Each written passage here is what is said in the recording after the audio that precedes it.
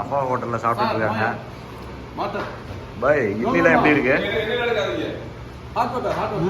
இட்லி எப்படி இருக்கு? சட்னி சாம்பார் இட்லி நல்லா இருக்குங்க, நல்லா டேஸ்ட்டாக இருக்குது. இந்த ஹோட்டலில் எல்லாரும் வந்து சாப்பிடுங்க, வயிறு ஃபுல்லாக போகலாம். பைசாவும் கம்மி. பைசாவும் கம்மியா? நீங்கள் சொல்லுங்கள். அவர்தான் முதலாளி. அவர்தான் முதலாளி. அவர்தான் முதலாளி. காட்டுங்க. நீங்க ஒரு போன கூட பிடிக்கிட்டு நான் சொல்லுங்கண்ணே.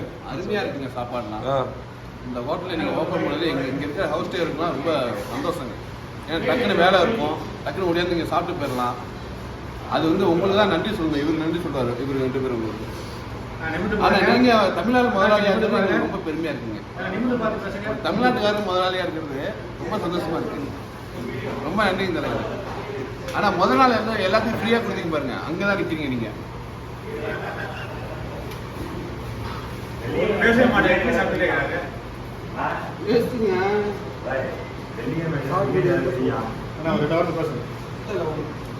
போன வாரத்துக்கு முன்னாடி பிரியாணி போட்டீங்க, சூப்பர்ங்க. அது வெல்கம் ஹோட்டலே தோணுங்க, அருமையா இருந்துச்சு.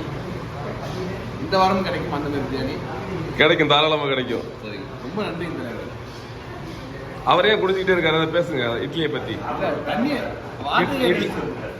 தலைவர இந்த ஹோட்டலில் எல்லாமே கரெக்டாக இருக்கு. எல்லாம் குடிச்சுன்னா ஃப்ரீயா தரீங்க, அது ஜீரம் போட்டு இதெல்லாம் எங்கே கொடுப்பாங்க? ஆனால் கிளாஸ் கொடுத்து தான் வைக்கல.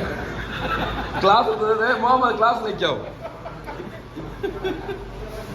ரொம்ப நன்றிங்க தலைவர. ஐஃபோன்லாம் வாங்கிட்டீங்க, அடுத்து என்ன வாங்குவீங்க?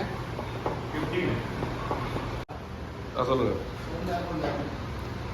உண்மையாலுமே முன்சியாவில் சகாபா ரோட்டில் இருக்கிற இந்த ஹோட்டலு அருமையான ஹோட்டலுப்பா. இப்போ தான் ஓப்பன் பண்ணாங்க. இட்லி, சட்னி, சாம்பார் சூப்பராக இருக்குது.